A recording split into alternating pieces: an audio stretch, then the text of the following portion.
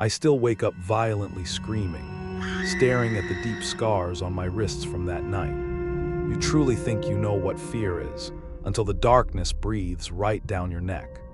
I shouldn't have visited Nate in that dead-end Ohio town where he worked his bank job. We were old childhood friends, catching up over cheap beers in his cramped third-floor apartment. It started when he pointed out the window at a rotting, abandoned house down the street. Nate swore the place was haunted, but I just laughed and called him completely crazy. I was arrogant, so I accepted his stupid dare to go inside and take a selfie. The heavy wooden door abruptly slammed shut behind me, trapping me in the suffocating, pitch-black shadows. Freezing cold air hit my face, bringing the unmistakable scent of decay and old, wet earth. Every single footstep I took echoed through the empty halls, sounding like someone following behind me. I felt a deep sense of unease, surrounded by strange noises echoing from the basement. Shaking, I raised my phone in the dark, forced a smile, and snapped the damn selfie. Right as the flash blinded me, I felt two freezing hands shove me hard from behind. I spun around wildly, heart pounding in my chest, but I was completely alone in there. I sprinted out in a total panic, gasping for air as I ran back to Nate. Later, I played back a quick audio recording I accidentally made inside that cursed house. Through the static, a raspy, eerie voice spoke clearly. It was not good to come here. My blood ran cold, and I quickly showed the selfie to Nate and his quiet roommate. Behind me in the picture stood three shadowy figures, a woman, a man, and a child.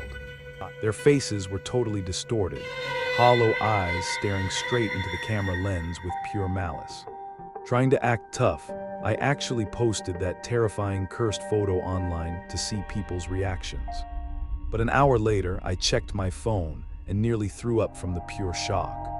The figures in the digital image had moved, changing their positions to get closer to me. The child was now reaching out, its pale, rotting hand hovering right over my left shoulder. That night, the real terror began when I heard a soft scratching outside our apartment door. I peered through the peephole and saw the same three figures standing motionless in the hallway. I backed away slowly, too terrified to speak, desperately praying they wouldn't try to break inside.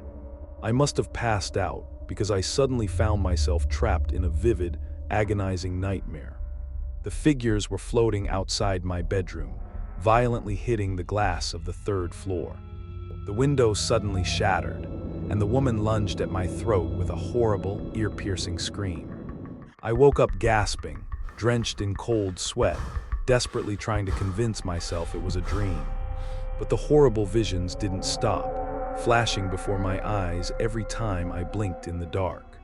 Terrified, I asked Nate where his quiet roommate went, needing someone to validate my slipping sanity. Nate looked at me with dead eyes and said he lived alone and had no roommate. My stomach completely dropped as I realized the quiet guy was another evil spirit from the house. Knowing we messed with things beyond our understanding, Nate said we had to make things right. He forcefully dragged me back to that decaying, abandoned nightmare of a house to properly apologize. The howling wind whipped through the broken windows as Nate stepped into the pitch-black hallway alone. He started pleading with the furious spirits, his voice cracking as he begged for their forgiveness. Suddenly, unseen forces slammed into Nate, grabbing him by the throat with a sickening, wet thud. I watched in absolute horror as he was violently dragged backward into the suffocating, pitch-black darkness. His cries echoed from the deep cellar, abruptly cut short, leaving nothing but dreadful, heavy silence. Blinded by pure, raw fear, I turned and fled back into the pouring rain, crying hysterically.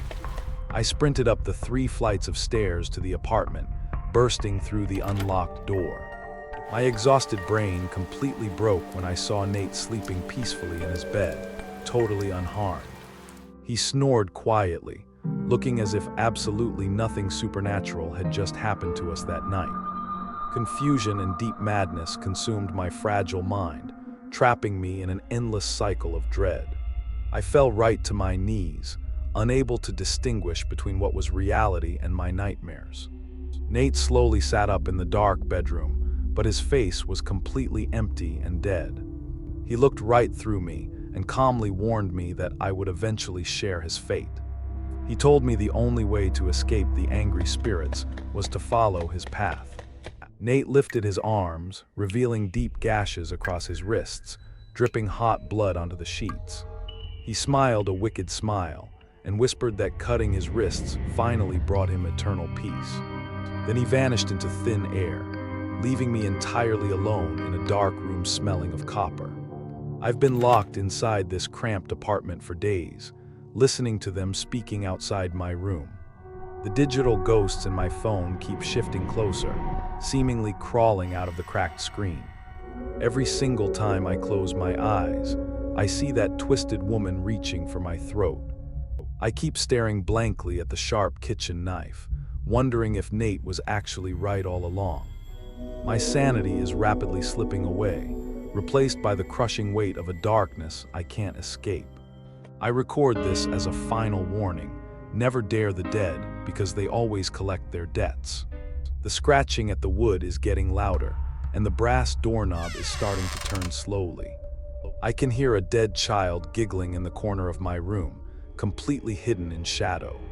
Whatever you do, don't look behind you right now, because they absolutely love it when you look. I think it's finally time for me to find the dark peace that Nate promised me.